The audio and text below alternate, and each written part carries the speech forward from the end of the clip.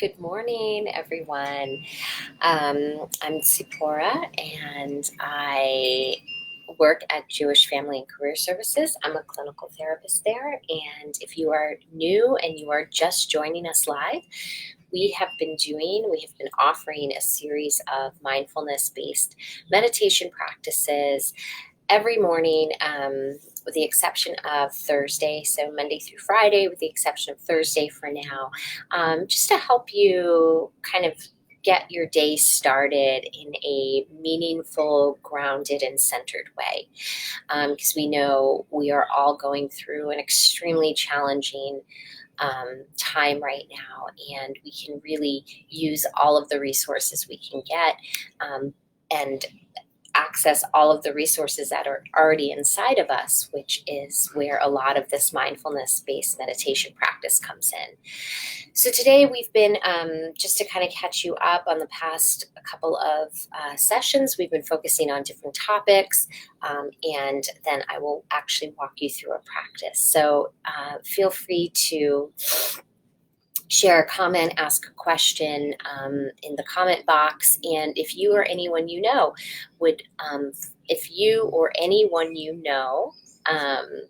would find these videos helpful, feel free to share them. And of course, feel free to invite them to join. So today, I thought I would talk a little bit about how do I deal with my wandering mind. This is a question I get a lot from clients, from students about, so a lot of the common, what I hear is I sit down to meditate and I just can't turn my brain off. Or I close my eyes, and then all of these thoughts kind of flood my mind and I can't seem to turn my mind off. This happens to a lot of folks when they're trying to go to bed at night. They lay down, lights out, and all of a sudden their mind turns on, kicks in, and now they're struggling with just this racing mind full of intrusive thoughts. So here's the thing about thoughts, is that we can't stop them. All right, because as long as you have brain activity going on, which is a good thing, right? As long as your brain is operating and functioning, you are going to have thoughts. It's just a byproduct of the mind. It's part of having a human brain, is that we're going to be having thoughts coming in and out of our minds all the time. And so we can't really stop them. It's kind of like asking the sun not to shine, or asking, the birds not to sing. So the mind, thoughts arising in the mind, is just part of the nature of the mind. So we can't really stop them. But what we can do is we can change our relationship to those thoughts. So if those thoughts are something that typically pulls you out of the moment, or you follow every thought that comes in, kind of like a squirrel does, or a cat. If you were gonna swing a toy in front of a cat, its eyes kind of follows everything. If your mind does that with thoughts, what you can do is you can change your relationship to that, and you can change how you interact with them. And so part of our practice today is going to get you to practice doing this. So the way we'll start is we'll find a comfortable seat, right?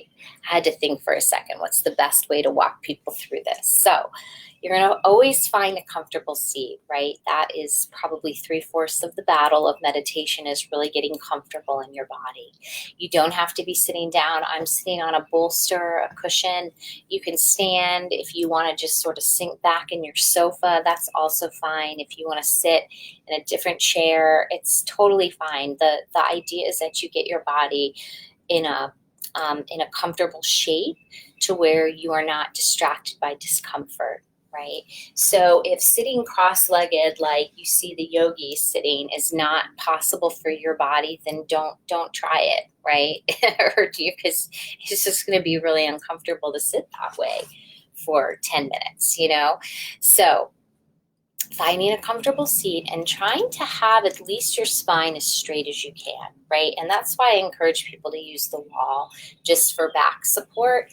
But if you can focus on keeping your spine really nice and long, because the back sides of our body is really where most of our strongest muscles are. So we really want to be strong on the back side of the body, strong and supported so that we can be open, so that we can greet our practice with an open heart, right? So we can really open across the chest. So roll your shoulders back a few times just to kind of soften any tension that you might be holding there, just to invite and just to remind the body that, tension can be softened, right? Tension can be softened with intention, right? Of just an awareness, right? Awareness of where you hold tension, right? Maybe a few little neck rolls. Notice, are you clenching your jaw?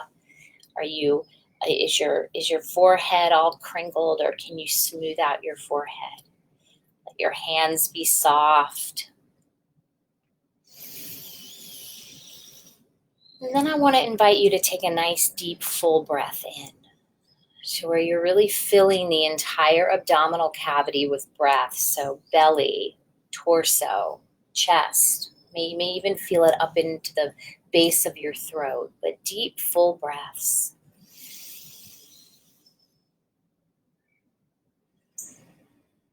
Nice, slow, steady exhales.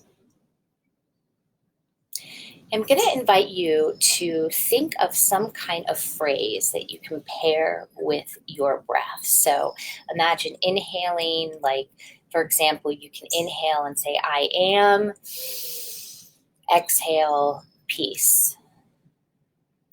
Or even if there's some phrase that is sort of affirmative for you. Not necessarily like a positive thought, but it can be something affirmative or something that you want to take in and release, right? So I want to take in peace. I breathe in peace and I exhale shame, or I breathe in light and I exhale darkness, right? So just find something that works for you, kind of like a mantra that you're going to inhale and exhale.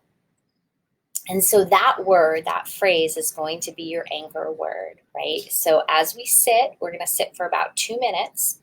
And every time you notice that your mind is going off into far exotic places that have nothing to do with the present moment, deep breath in, I am, exhale out, peace, or whatever it is you have decided that your inhale word is and your exhale word is. Okay, so I hope that makes sense. Yeah. And you don't even have to pair it with the breath. If that doesn't feel resonant for you, then just use the word or just use the breath. But anytime that you notice that your mind is wandering, or you notice that you've left the room and you're somewhere else, either in the future or in the past, and you notice and you become aware of that, you're going to welcome yourself back into the moment, either with the breath or with your phrase or with both.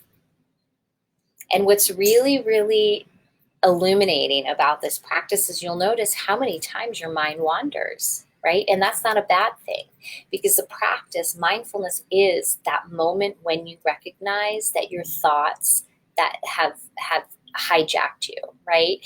So mindfulness is the moment that you realize that you are no longer present, right? And so this practice of just bringing yourself back with a breath is to kind of allow you to see,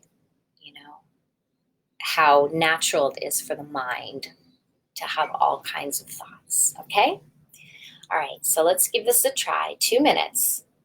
Okay, take a comfortable seat. You won't hear my voice, okay? So you won't hear my voice, but just every time you notice your mind going off into some other faraway land, deep breath in. I am, exhaling out, peace, or whatever your chosen words are.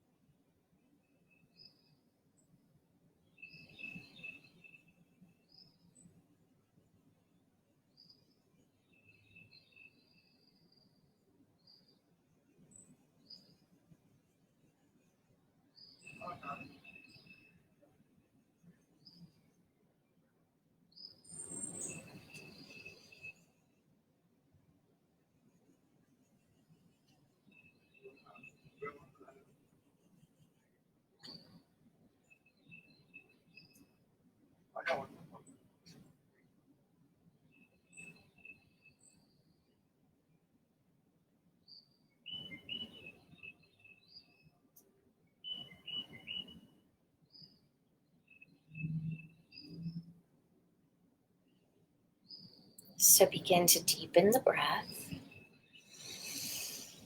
And maybe just invite your body to just do a few little gentle movements to bring yourself back into the space.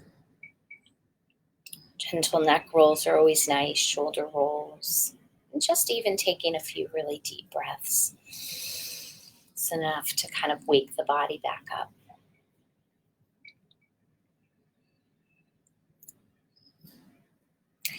So I hope that was helpful. I hope that was something that you can use throughout the day, and that will just kind of help you to deal with some of those thoughts that we tend to think of as like bullies in a way, but really it's the thoughts are just a byproduct of the mind. And like I said, there's nothing we can really do to stop them, but you can learn to kind of change your relationship to them and learn to not be so enticed by them, right? That they are going to come and go, just as, if you look up at the sky, clouds kind of move in and out of the sky, birds, planes, all these things move in and out of the sky. But the sky is still the sky, right? And the sky doesn't change, right? Just because there's things moving around in its space. So our minds are very much the same way. And so we want to be the sky, not the clouds in the sky. Okay, so I will see you all tomorrow, and have a wonderful, wonderful rest of your day. Okay, bye-bye.